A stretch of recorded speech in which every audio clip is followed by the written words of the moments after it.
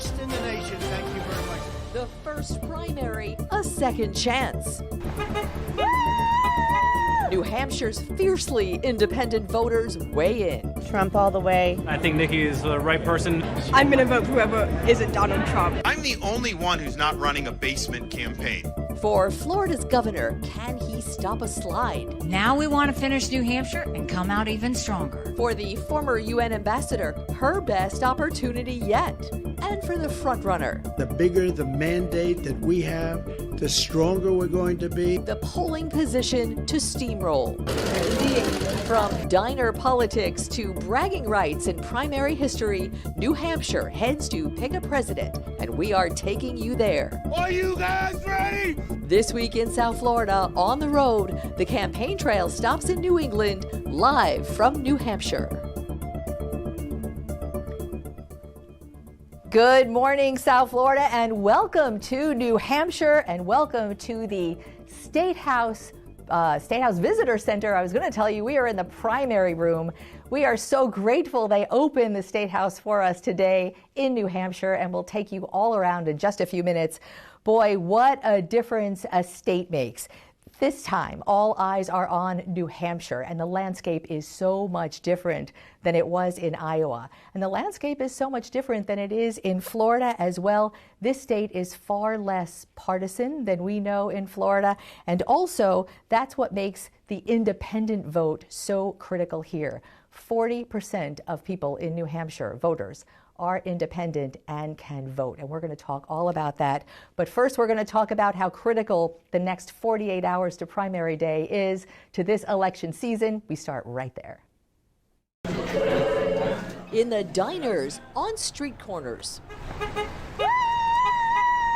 New Hampshire primary politics are hot, even in single-digit cold. And it's cold. This line started 10 hours before frontrunner by far Donald Trump takes the arena stage. Are you guys ready for Trump rally? Though we find a significant number of Trump loyalists drove hours from elsewhere, surrounding states. A Trump rally's the greatest show on earth. Though Tuesday, it's up to New Hampshire voters, uniquely independent in perspective and party affiliation, live free or die across the top of every license plate, and there to shape the campaign narrative after Iowa's conservative landscape. Hello, Iowa. The New Hampshire math has changed, especially for Florida Governor Ron DeSantis, polling in single digits here. The governor puts a positive spin on all but writing off New Hampshire, where culture warrior branding doesn't play broadly, and focusing on taking South Carolina primaries next month, trying to hand a loss to former governor there, Nikki Haley, in her own state. I beat Biden by 17 points. Haley has the most to gain in New Hampshire. 40% of voters here are undeclared, no party voters, who skew moderate, want government as out of their lives as possible, and are eligible to vote in either party's primaries if they choose. Even at this point, I'm sort of undecided. I'm going to make sure that in no way do I enable Donald Trump to ever be president of the United States again. Former New Jersey governor and outspoken Trump critic Chris Christie may be a factor. He was polling second to Trump in New Hampshire before he suspended his campaign. Who gets his anyone but Trump voters? Likely Nikki Haley. I'm crossing party lines. You are crossing party lines to vote for a particular candidate, but also to be a disruptor a little bit. Move. Getting a bit less attention here, the Democratic side of the primary. Because New Hampshire decided to keep its first primary status against National Democratic Party rules after changing their calendar, frontrunner Joe Biden technically didn't file here. Lesser-known Democrats did. We want to make sure that we stand up. New Hampshire politics are personal. They want to see and hear candidates face to face and over, though the political atmosphere here has changed with the polarized times. We are really at the point where I just don't discuss it with anybody, because if I have any sort of alternating view, people are very unkind. You know, the first primary in the nation may well hinge on undeclared voters. We in Florida call them NPA, no party affiliation. 4 in 10 in New Hampshire are undeclared, and unlike in Florida, they can vote in whichever party primary they choose. That is a huge variable and just one of the things so unique about New Hampshire, and we have a great panel here to talk all about that. With us today, straight out of Miami, Max Greenwood, who is the political reporter at the Miami Herald, and Dante Scala, who is professor of political science at the University of New Hampshire and somewhat of a primary expert, as I've been finding as I'm reading. I'm so glad you both are in today on a Sunday. Thanks so much for being here. You're welcome. So we have a lot to talk about, and always through a South Florida lens because of what we do. And we have 2 Florida men in this race. And one of them, the governor, Governor Ron DeSantis. I want to talk a little bit about the trajectory of the governor's campaign. Dante Scala, he came out of Iowa in 2nd place, but way below numbers of Donald Trump, and had no numbers to speak of coming into New Hampshire, and kind of left and went on to South Carolina. That was his strategy. He's coming back today. He canceled, his campaign is kind of in flux day by day, it seems like. Ballpark, what is happening with Governor DeSantis' candidacy here? Well, his candidacy here has been on standby for months now. I mean, he's been out of sight, out of mind in New Hampshire because he's been so focused on making an impact in the Iowa caucuses. Is that a bad move for him? Well, I think he saw that as his only move. What's striking about the primary calendar is Iowa Republicans and New Hampshire Republicans are very different from each other. Like many more religious conservatives in Iowa than in New Hampshire, to just give one example. Yeah. So sometimes campaigns make a choice, and they decide where's our best way to kind of break through. And DeSantis, for better or worse, chose Iowa. And as a result, New Hampshire was put on the back burner. So for the last few months, we've been hearing about Nikki Haley all the time, Chris Christie somewhat, Donald Trump, of course, all the time. But Ron DeSantis has not been a story because he just hasn't been here, he hasn't been on the air, and so forth. So you come to New Hampshire out of Iowa, and you really just don't have much to fall back on, and you only have a week to make something happen. Yeah. You know, it was interesting because Iowa conservatives, I think his campaign thought were much more like Florida conservatives. Max, we've been covering the governor for a long time, and we saw his imprint on the state legislature, taking Florida very conservative in policy. You know, does that play here as well as it plays in Iowa? And if not, what happens now? You know, it really doesn't play in New Hampshire as well as it plays in Iowa or Florida for that matter. We actually just published a story this morning. I spent the past several days talking to dozens of New Hampshire voters, asking them what they think of the governor's war on wokeness, these culture war issues, critical race theory, DEI. You haven't heard that word here at all. Woke. Very seldom, very Yeah. seldom. And look, a lot of voters will tell you, it's not that I don't think it's important, it's just not that important. It's not the issue I'm voting on. I keep hearing immigration and the economy. And border, yeah, Border they use the security. word border. We call it immigration. Here they call it the border. Do you get the distinction between that? Oh yeah, you can't help but get the distinction because Max's point is well taken. I mean, on the air, in mail pieces, it's all about the border, and also just the difference. You know, New Hampshire Republicans tend to be very ambivalent and very cautious about talking about social issues like abortion, gay marriage, and so forth. They prefer not to talk about those things, and they prefer their candidates, including their presidential candidates, to put those things, again, kind of secondary, not front and center. You know what I find so fascinating about that? You say that, and I think, live free or die. You see that on all the license plates. That's the state motto. And Governor DeSantis, and actually every candidate, talks about freedom and personal freedoms. But personal freedoms to one might be different personal freedoms to others, and I think New Hampshire takes that freedom to libertarian lengths, stay out of my business. And so especially the abortion issue, what I think a lot of people are going to think that for Republicans and for Democrats, the abortion issue and the abortion rights issue will be a huge draw to the polls. Is that here? It was a big issue in 2022. I mean, the midterms, I think, were dominated by the overturn of Roe v. Wade. And it's certainly, what social issues do in New Hampshire is energize Democrats, but it divides Republicans, because you find a lot of New Hampshire Republicans right in that kind of mushy middle when it comes to abortion. They're ambivalent. They feel two ways about it. They think there should be some restrictions, but not too many. Whereas Democrats, they know exactly where they stand. Yeah.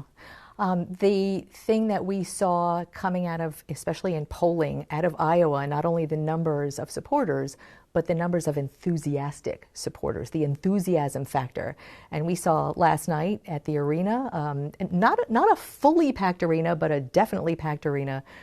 Donald Trump had one of his signature rallies. We saw people waiting in single-digit temperatures for literally 10 hours. Max, the enthusiasm factor for these candidates into New Hampshire seemed to sort of only change with Nikki Haley. Correct. I mean, look, it's hard to compete with Donald Trump for a captive audience. I went to a Trump rally here in Concord on Friday night. I talked to one woman who had been waiting outside since 1 p.m. It was probably 15 degrees outside, so she was freezing, trying to warm up her hands, but she wanted to see the president. Nikki Haley is getting quite a bit of attention right now. I saw her yesterday at a couple stops, and she's packing smaller venues, but certainly filling them up in a way that Ron DeSantis just hasn't managed to. So I think there's a lot of momentum behind Nikki Haley's candidacy here in New Hampshire right now. The question becomes, can she parlay that into enthusiasm going forward? It is the enthusiasm for Nikki Haley in New Hampshire with Republicans, because there are Republicans who may be looking for an alternative to Donald Trump. To me, if they're conservative Republicans, I would ask, why not Ron DeSantis, since that's kind of his lane? But looking for, especially the undeclared, who might be a bit more moderate, Nikki Haley is the Trump alternative vote in New Hampshire. Full stop. Is she not? Yeah, there's a real, we saw this in Iowa, we're seeing it here too in New Hampshire polling. Moderates and conservatives, both Republicans, kind of live in two different worlds when it comes to Donald Trump. Moderates tend to be rather anti-Trump, but conservatives, and they'll make up most of the electorate. You know, there are a lot of moderates here, more than in Iowa, but still the conservatives are important. They are lined up behind Donald Trump, and to me, that's always going to be the lost opportunity for Ron DeSantis, because he's certainly lined up as being the conservative alternative to Donald Trump. But Haley right now, she's kind of stuck in the moderate lane. And she's got to figure out a way either to cross over, grab some of those conservatives, or expand the number of moderates by bringing in some of those independents you were talking about. Yeah, for a general election, that would be a feather in her cap, not so much for a conservative Republican primary, unless moderate independents can vote in it.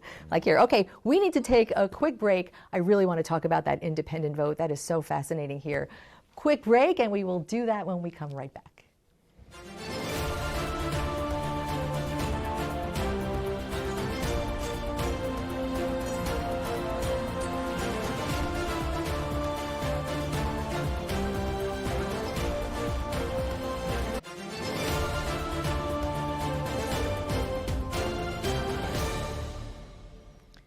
We are back in the visitor center of the New Hampshire Statehouse, such an historic building we will talk all about. Right now we're talking about all of the uniqueness of the very first primary in the United States with Max Greenwood from the Miami Herald, Dante Scala from the University of New Hampshire.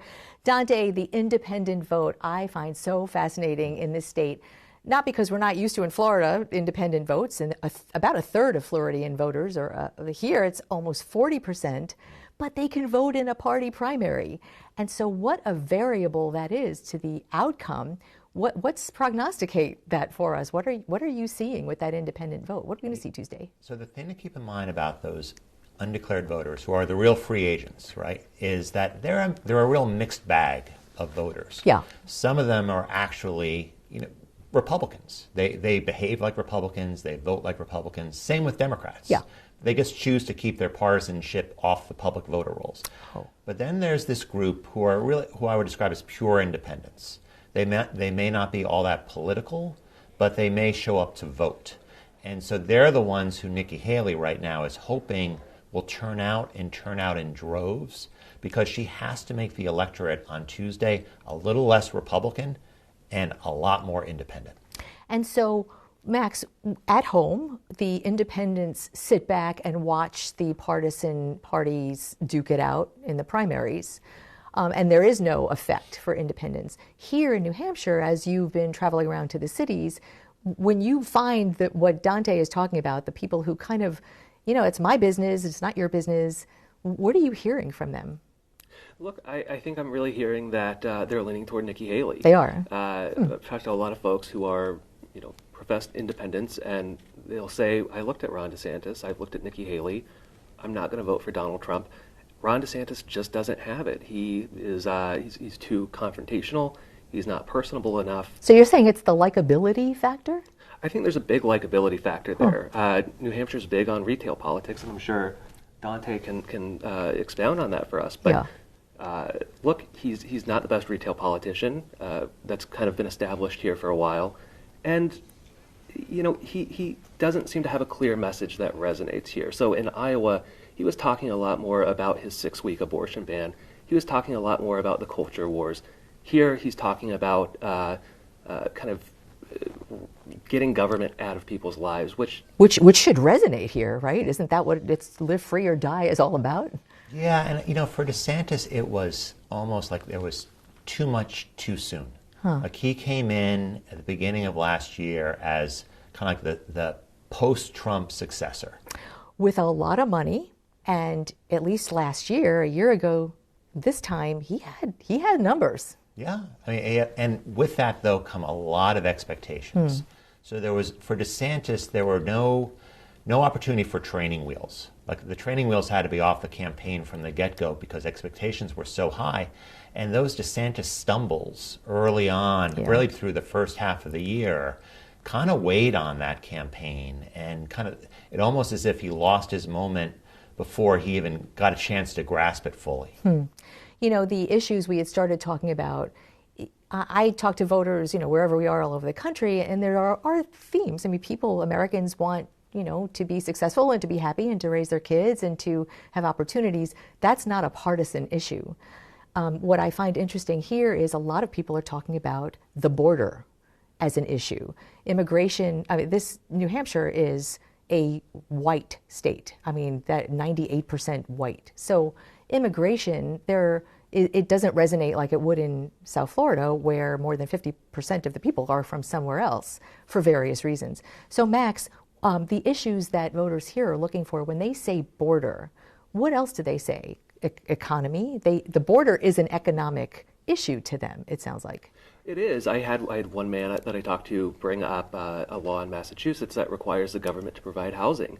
And he said, look, with all these millions of people flowing over the border, coming up here to New England, it's putting a lot of pressure on state governments to deliver those basic needs. But even going beyond that, I was at a Nikki Haley event yesterday, and she was asked by one person, would you support building a wall along the northern border? She said she would do whatever it had to be done to secure that border and prevent crossings. I'm guessing she's not talking about Canadians, but people who might come through Canada that are not Canadians. She specifically mentioned suspected terrorists that had come over across the northern border. So, look, we're very far away from the U.S.-Mexico border. Yes. Very far away from Florida's maritime border, but it's still top of mind for people, either for economic reasons, security reasons, or just proximity to Canada. Yeah. Dante, I don't want to end our discussion without talking about there is a Democratic primary here. However, the Democratic National Committee moved the first primary for Democrats to South Carolina, and New Hampshire said, oh yeah, it's our state law, we're going first. And so explain in a minute what's happening. Joe Biden's not even on the ballot here. Does that matter to Democrats? Right. So President Biden basically demoted New Hampshire, right, in terms on the Democratic Party's calendar. But of course, the Democratic Party doesn't control what the state does. State can hold the event when it wants to. And so the Secretary of State said, no, New Hampshire's going first, no matter what. And now we have some of these same New Hampshire Democratic leaders are kind of stuck in the middle.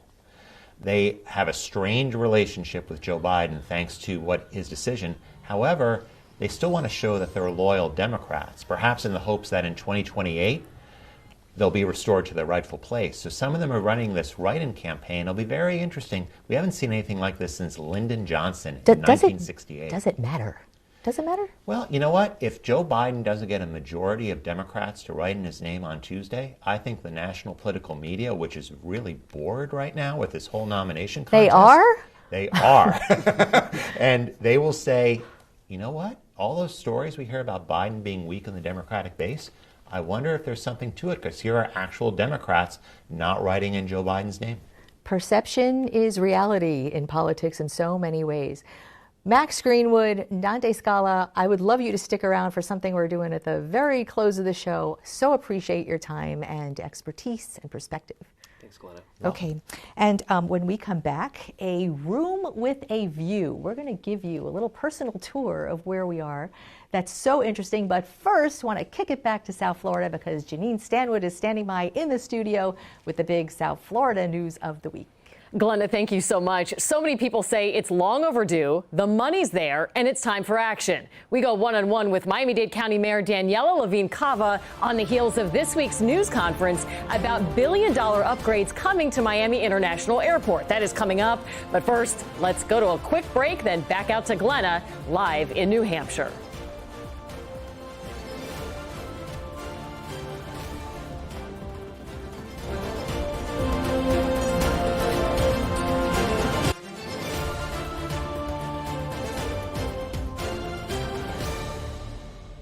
We are broadcasting, I think I might have mentioned, from the New Hampshire Statehouse in the Visitor Center, which is the oldest, still functioning, still used as a legislature capital in the United States since 1819, meaning this is kind of like a living museum. And I want to introduce you to somebody who's kind of like a human Wikipedia of all things New Hampshire primary. Virginia Drew opened up this building for us today. I haven't thanked you enough, but I want you to, this is your baby, this primary wall. This is something I've been wanting you to talk about since we arrived here. Give us a sense of the unbelievable presidential history you have compiled here. So I'm a born New Hampshire native, and politics is something that we don't have sports teams, but we do have politics. So growing up, you end up really embracing it. That's what they say, it's a contact sport. It is a contact sport. So I started here about 24 years ago, and I realized that candidates came into the building to file in the Secretary of State, and I said, why aren't they coming to the Visitor Center? This is where we welcome everyone. So I set up a little board with a few things that were from my parents and grandparents. Fortunately, they were Democratic and Republicans, so I could have an evenly based board. And then candidates began coming. And so we have welcomed candidates such as your very own Governor Bush, who turned out he was a lot taller than I had anticipated. He is tall. He is very That is tall. a fact. So you've almost, like, they come to you now. You don't invite them. This is a must stop on the trail. And I see everybody signs things. So, and they do sign and take things. pictures. And you can see Governor DeSantis signed. What's interesting is people go, oh, did they scratch it out? So President Trump looks scratched out, but Joe Biden wrote across his. That is actually Donald Trump's signature. I will vouch for that. I've seen that many times. And it's on his hats over there. So he's made it here a couple of times, but so has President Biden been here a few times. I typically have school groups. There's President Biden on one of his earlier runs for president, and he is surrounded by fourth graders here in New Hampshire. You know, looking at this, for anyone who loves politics, it's not a partisan thing. And that's, you know, you, like us, you are nonpartisan. I am. And sort of take us through how really beautiful that can be when you're not stuck in a partisan fight, to come here, look at history, go through, you know, presidential anecdotes, interesting things on the trail. Well, and that is one of the privileges of being in New Hampshire is, and I am completely independent, so I've never make up my mind sometimes until I'm in the polls. So getting to talk to these people who, they are just people. And some of them, when they come in, we are not sure. You know, a first-term senator from Illinois, he's lovely. He brought his wife, a lovely gentleman, did a great rally out front, and we had a wonderful chat. He came in, had taken his jacket and tie off and met with us. Meeting Senator John McCain, that was probably one of the more significant moments, of course, and Hillary Clinton when she came in. So we meet big name people, but we meet folks that we're not that sure will ever resonate into being a president. What I find is everyone's really nice when they're running for office. So it's kind of a key to running for office. But even back, so there's a ticket. I had Jimmy Carter came to the Portsmouth High School here, and Ronald Reagan did a rally out front. So I've been kind of trying to meet candidates all along. But now what I get to see is them in off moments where they come in and sometimes the media is all around them. And I know there was a routine on Saturday Night Live about Dr. Ben Carson. We had such media frenzy the day he visited. Wow. And when he walked in the room, he literally did, "Isn't this nice?" No. And everybody got quiet, and it was super quiet. And that was like the 100th anniversary of us looking to have a primary that year. It was 2016. And right up there, and I've kept it, there he is with his stethoscope that he put in our primary. We had like boxes that we were going to keep memorabilia through the years, time capsules. He put in his stethoscope after saying he listens to the heartbeat of America. So I just want to take a brief interlude and shout out to Bob Palumbo behind the camera, because every time, Virginia, you point something out, you have to find it on that wall. Tell me if this desk, all right, we're taking you through the set here. Yes, there's the tripod and wires, don't fall. But this desk is just something I really want to talk about, because you have actually people. What are these candidates doing? They're signing their candidate's oath on the table. So this desk was a really exciting find by our historical committee, and it's the 1819 Secretary of State's desk. They don't build this like that anymore, do they? Don't. Bird's eye maple. So this year we had all the major candidates and some of the not so major candidates come and actually sit at the desk and sign our visitor register. And so when you look at the visitor register here, there are some big names, and I've been doing this for a while. This is back in 2011. There's Joe Biden in 2012. But if you flip back here, so there's Donald Trump. I love New Hampshire. Dean Phillips. So do I. And this gentleman, Mark Stewart, he's from Connecticut. He runs in our primaries. But there's the other candidates. You had mentioned you're seeing candidates as people, not just candidates. Correct. And I wonder, I want to come in our last minute or so back over to this really beautiful wall where I know I will say, in the wings, Virginia's granddaughters are here. And I know you have kids come through in school groups, and this is kind of fun and colorful to look at. I want to hear from you. What is the civic engagement like for young people here? And the potential of meeting a candidate as a person is far different and more, I guess, more impactful. Well, and they want to meet candidates. And so my granddaughters have picked out their candidate, and they want to go to a rally. And they're only 10 and 8 years old, or 7, excuse me. But they want to meet their candidate. And when the 4th graders come in, they look at the board and they look for their person. Wow. And then they say, this is who we're going to vote for. So something like this is absolutely critical to American history. It is. And the high school students are typically far more engaged. Yeah. We have a lot of high school students that actually go out and work on campaigns, knocking on doors, holding up signs. It's a great New England thing. I did that when I was younger. Maybe you'll come to Florida's capital. I don't think we have a primary wall at Florida's capital. You don't, but I have been to Tallahassee. You have. And I've been to your old capital and your new. It's a beautiful capital, it is absolutely stunning and gorgeous. Virginia Drew, I can't thank this woman enough for giving us a place inside, because, okay, it's not Iowa, but it is cold. It is cold. And a venue here that we just could not imagine so great for the first primary in the nation. Thank you so much. My pleasure. I really appreciate that. My pleasure. All right, stay tuned. We are taking you back to South Florida for the big South Florida news of the week. This Week in South Florida continues with Janine Stanwood next.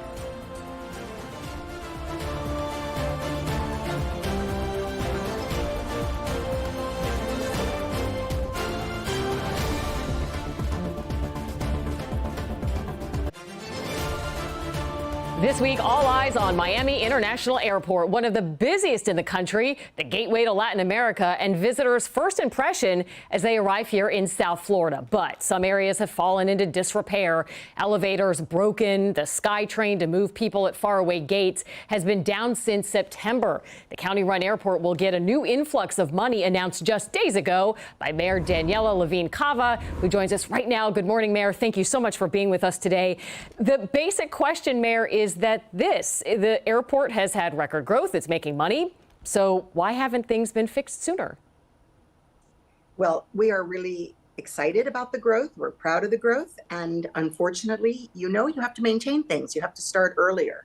And we are catching up. We are investing unprecedented levels, $7 billion in significant capital projects and $1.7 billion in maintenance, that much of which had been deferred. So we find ourselves here with elevators and escalators that are 35 or 40 years old, and their lifespan was supposed to be 25.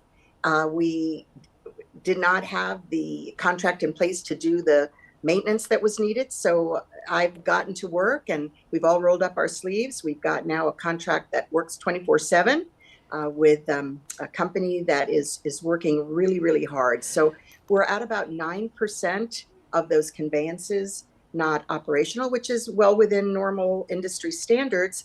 And unfortunately, quite a few need to be replaced because they're so old. Mayor, we're going to talk about some of those specifics with elevators and escalators in just a moment, and of course the plans to replace them. But you had said in Thursday's news conference that you blamed a lot of these issues on inaction by previous administrations. The former mayor, now current Congressman Carlos Jimenez, he had some words to say. We want to play some of what he had to say on Friday and get your reaction to that. We didn't neglect that at all. Was it all perfect? No.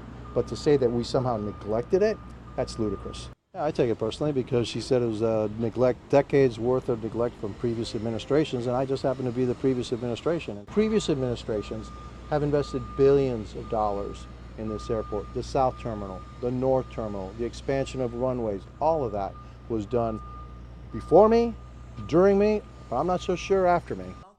Not so sure after him, and so he's pointing the finger at you. What do you have to say to that? I have a great relationship with Congressman Jimenez as mayor. When he was mayor, I was commissioner, always respectful.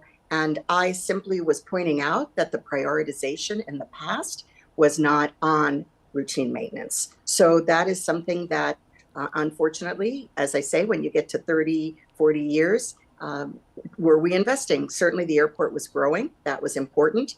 And these were issues that could have been addressed earlier, and not just in the recent past, but really when you have infrastructure like this, like your own home, you need to plan ahead, and that is what we're doing. Right. And of course, the airport is way bigger than the average home. Just to be clear, though, you have been in office since 2020. You were a commissioner before that. So is it fair to say that you may have been part of some of the inaction? When I was commissioner, these items were not presented to us, right? We certainly looked at growth issues. And so certainly now that I'm responsible directly and I've been digging, I found out it took us a couple of years to, unfortunately, to change out the contracts so that we could be aggressively pursuing these conveyances, and that is what we are doing. Talk to me about elevators. A Local 10 investigation found that there were some elevator safety issues. There were some certificates that were expired, safety features that were disabled. The county fired that contractor, Oracle. That was 2 years ago. Another company was now selected. Has that elevator company done anything since they were selected in 2023? Absolutely. We're really happy with the performance of the new contract, and part of it is that we now require them to work around the clock. So that is necessary because of the volume. We've got 616 conveyances, I think it is, so all around the airport. And of course, we have more and more passengers. That increases wear and tear on these conveyances, and so we really need to stay on top of it. But what do you say, though, to people who at least there's the perception that things are still falling into disrepair? And we'll get to the Central Terminal in just a second. But you go into the Flamingo or the Dolphin parking garage, and it seems like everywhere you look, there are so many elevators that are down. There are signs up, but you don't exactly know where to go next because, one after another, there's a sign that these elevators are broken. And listen, we spoke to the director of the airport who says many of those elevators are 40 years old, so no doubt they need to be replaced. But it seems like at least there's the perception that not a lot is getting done. So 9% are out, which again is industry standard, but we can do a better job of informing the public. And so we are upgrading our signage so people know, well, if this elevator is not working, where do they go? Also, just to be clear, there is assistance at the airport. We've got wheelchair conveyances for people who need that. We've got these golf carts that were added aggressively as soon as we understood the safety required us to retire a portion of that SkyTrain, and aggressively we're pursuing all of that. So look, these things they do take time. There's parts to be ordered, but again, working 24/7 with a company that is really performing, we've been able to bring a lot of these back online. And we're very regretful for the inconvenience. 35, 40-year-old conveyances, they need to be many of them changed out, and that takes a little longer than the repairs. Let's talk about Central Terminal. We have some renderings of what it may look like down the road. Central Terminal is pretty much the oldest section of the airport. If you're not flying American or if you're not in that pretty international section, it really does look like in some parts it's falling apart. A lot of the outlets don't work. People say it looks like it's fallen into disrepair, but there is a plan in place, correct, Mayor? That you guys are in the process now of looking for contractors to do the work. That's exactly right. So not only are we catching up, but we're looking ahead. And we definitely have modernization going on throughout the airport. And so we'll be looking soon, and the Board of County Commissioners will be voting soon on the path forward. And the SkyTrain will be back up and running by end of March, beginning of April, but not entirely, only 3/4 of it. Correct. So the one of the columns had more serious cracking, and the engineers are working on the plan for how to repair that. So of course, safety first. So we're focusing on bringing back on what we can, which is about 3/4 of the SkyTrain journey.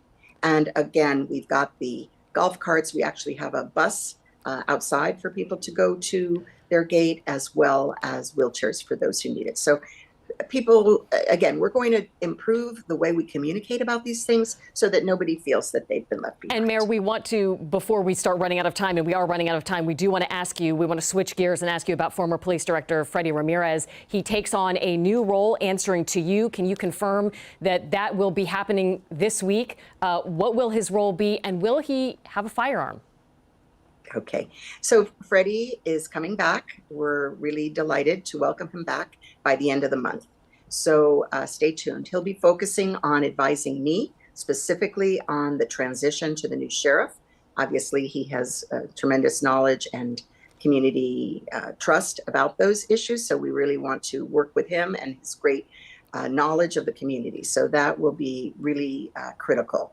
Anything else is a process involving the state, and he will need to take steps to work with the state. Taking steps to work with the state, you mean specifically answering the question about whether he will have a county-issued firearm?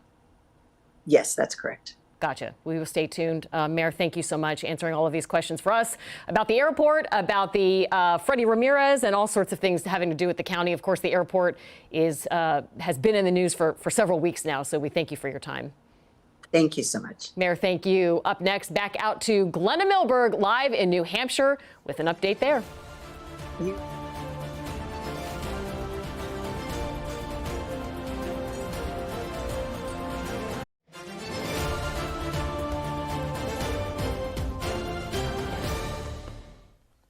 We are back at the Statehouse in New Hampshire in the Visitor Center and the Primary Wall. And we have one more only in New Hampshire story for you. It takes place as soon as polls open on Tuesday, primary day, at midnight. Dixville Notch, a little community to the north of us. They're the very first voters at midnight in the nation in this primary. All 5 of them. And that is a tradition that they've been keeping since about 1960. Why? Because they can. Hear those cameras clicking? More press than voters in that little room. Supervisor of the checklist, has everybody voted? That's correct. Where the 5 registered voters in Dixville Notch plan to be the first to vote at the stroke of midnight primary day. Dixville Notch is a rural, unincorporated community in the remote north of the state. Voters' last primary were all white, all male. The vote should be in.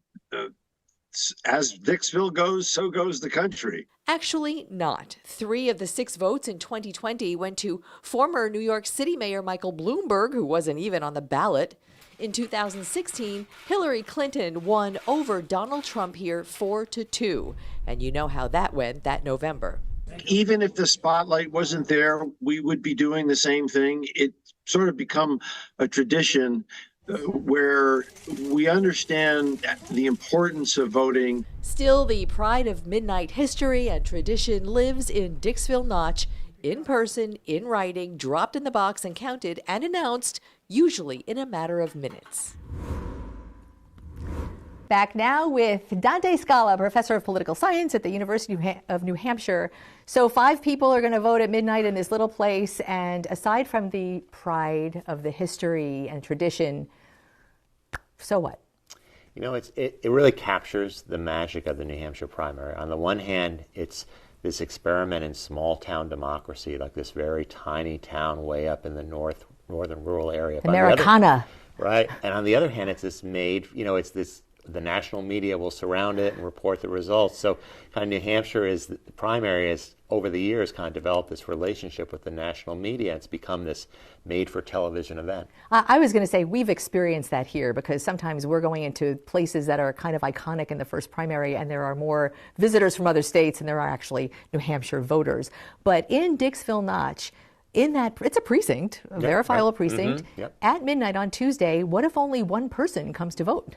Well, then there's 4 others who are unaccounted for, and so it is a voting place like anywhere else. So it'd have to stay. Whoever's there would have to stay open like all day until 7 p.m. I think, in 7 p.m. And so that's why they want to round everybody up. So where's the get out the vote there? They can't send out a car in the snow and make sure everybody gets in? Well, I guess hop on the phone. They probably got them all on one text chain. Why do only 5 registered voters live in Dixville Notch? Well, it's a tiny place, and the hotel there shut down, and so there's not much there to keep people there living in the area. Is there a progress? Is there a future for them? I'm not entirely clear on that, but hopefully this tradition will continue and the New Hampshire primary will continue. We are so grateful. We're sitting in front of the first in the nation. I know this is such a very big deal to people here, tradition and history, and being steeped in it during the presidential election is really fascinating. Thank you so much for joining us on a Sunday. Oh, you're welcome. And thank you, and we will be right back.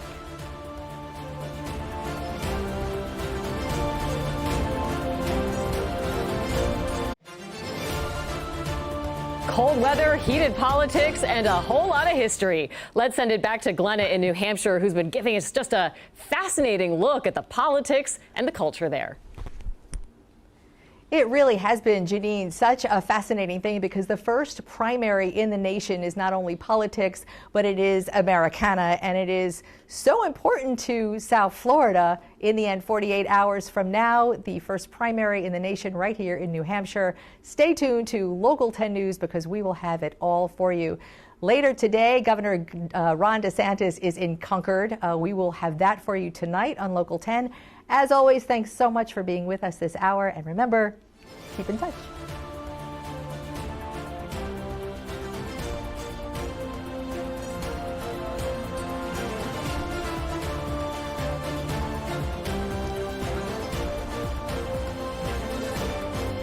I'm going to guess we're I'm going to hope.